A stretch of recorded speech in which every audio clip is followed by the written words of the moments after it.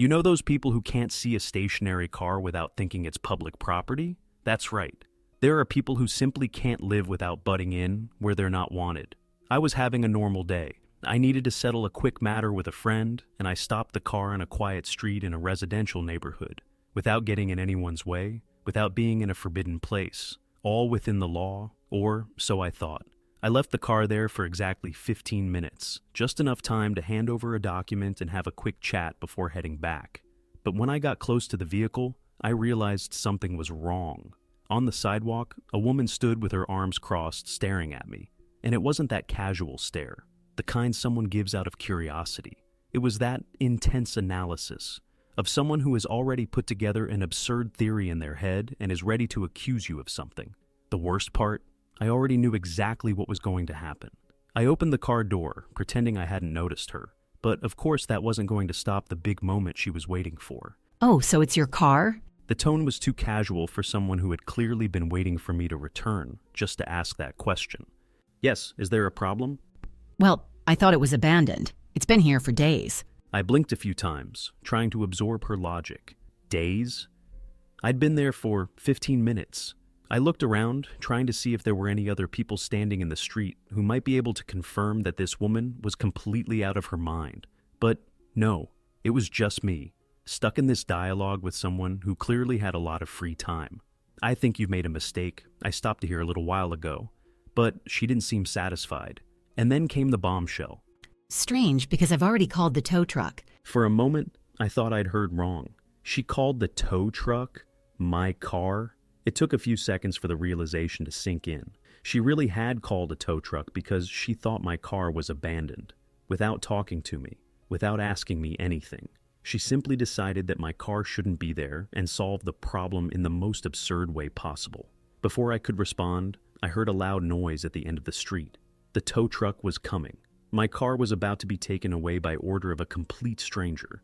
There are some things in life that you're just not prepared to deal with, like waking up to find that a stranger has decided that your car has been abandoned and needs to be removed immediately. But there I was, standing on the sidewalk, watching a tow truck turn the corner, ready to take my car away on the orders of a woman who didn't even know me. As the truck approached, she stood straight like a soldier, about to receive a medal, as if she were about to do a great service to society. Her smile was almost triumphant. The tow truck man got off the truck, looking around. He probably expected to find a real abandoned car, not a properly parked vehicle with the owner standing right next to it, holding the keys. But the woman didn't even hesitate. Before he could ask her anything, she marched up to him with the posture of someone who thinks she's an authority on the subject. It's this car here. It's been sitting for days.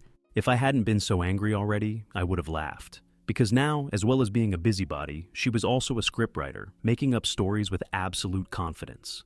The tow truck driver looked at the car and then at me, clearly trying to understand who was who in this bizarre situation. Who's the owner? I lifted the keys, looking directly at the woman, hoping for some reaction that would indicate a modicum of shame at having called a tow truck for the car of someone who was there, breathing right in front of her. But nothing. No trace of regret, no apology. On the contrary, she seemed annoyed that I was disturbing her big moment. Well, he's just arrived, but this car has been here for a long time. I thought it was abandoned. The man scratched his head. It clearly wasn't the first time someone had called for a stupid reason. Ma'am, we can't just remove the car. If there's no order from the town hall and it's not in an irregular situation, there's nothing we can do. She crossed her arms, snorting, as if society had failed her. So anyone can dump a car here and disappear? Is that it? My patience was long gone.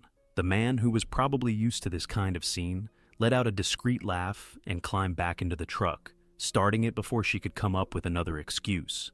The woman still stood there, motionless, as if trying to digest the fact that she couldn't control something that was none of her business. I got into the car and drove off without looking back. And as I drove, all I could think about was how some people simply can't see something that doesn't belong to them without wanting to get involved. Any normal person would have moved on after embarrassing themselves by calling a tow truck for no reason.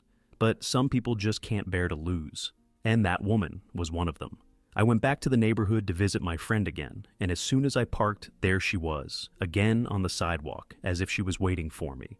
The difference was that this time, she was no longer alone. Next to her was an older man, probably a neighbor or relative, or simply a new recruit to the imaginary patrol she believed she was commanding. As soon as I got out of the car, she pointed at me and started talking to the man, without even trying to lower her voice. You see, this car was parked here yesterday and now it's back. Tell me if that doesn't sound suspicious. I didn't even have to answer, because the man himself looked at her with a mixture of confusion and boredom, as if he was used to that kind of paranoia, but she didn't stop. Now, as well as being a car inspector, she was also an expert in suspicious behavior. That's not normal. Normal people don't park in the same place 2 days in a row. What patience I still had went straight down the drain. I took a deep breath, leaned against the car, and let out a comment that I knew would irritate more than any argument. Her neighbor let out a sigh, as if he had finally understood the kind of mess he was about to start, and simply drove away, leaving her alone with her own crazy theory. But even without allies, she didn't give up. Well, now I'll keep an eye out. If anything happens, I'll call the police myself. She said this as if she had given me an ultimatum, as if I was going to run away out of fear. I just shrugged, ignored it, and went into my friend's house. But now I knew. She had declared war. The question was, what else could she do to prove a point that didn't exist? And the answer came quicker than I imagined. If before this woman was just annoyed, now she had a life goal to get me out of there by any means. I only realized how much the situation had escalated when my friend texted me the next day. Bro, I think there are people talking about you in the residence group here. Apparently, the woman had taken her investigation to another level. Now, as well as harassing me personally, she was also trying to mobilize the whole neighborhood against me. And of course, like anyone who thinks they're a vigilante, she had no proof of anything, just absurd theories. My friend sent me the screenshots of the conversation in the group, and I almost fell off my chair laughing. Her text began dramatically, as if she were warning the population about a dangerous criminal. People, stay alert. There's been a strange car driving around here for days, parking at different points on the street. The driver is never around for long. It's not normal. I didn't know what was worse, the fact that she was literally describing normal behavior, or the fact that some people in the group started to get paranoid. And then came the best part. She suggested that someone call the police to investigate a car that was parking on the street totally legally, because she just decided that it didn't make sense in her head. My friend responded to the group by trying to bring some sanity to the conversation. Guys, this is my friend's car. He's coming to visit me. Relax. But I knew she wasn't going to give up so easily. And indeed, the next day when I parked there again, a traffic inspector showed up. The woman had filed the complaint, and now I was going to have to deal with yet another absurd situation. If there was an award for the most insistent person of the year, this woman would certainly be at the top of the list. She tried to get me out with a winch. She failed. She spread gossip in the residence group. She failed. Now, her last card was to call the traffic police, thinking she was finally going to win this imaginary battle. I was expecting something like this to happen, but I confess I didn't think she'd have the nerve to actually go through with it. That afternoon, I parked in the same place as always, without a care in the world. It wasn't long before a traffic inspector showed up, holding a clipboard and looking like he'd been called to solve a problem that probably didn't even exist. And, as expected, there she was too, ready to witness her great victory.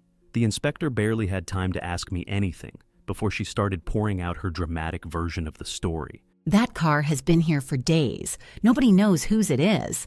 It's taking up space in a suspicious way. The conviction in her voice was so great that, for a second, I almost believed that my own car wasn't mine. The inspector looked at me, then at her, then back at me, clearly trying to understand what kind of nonsense had been dumped in his lap this time.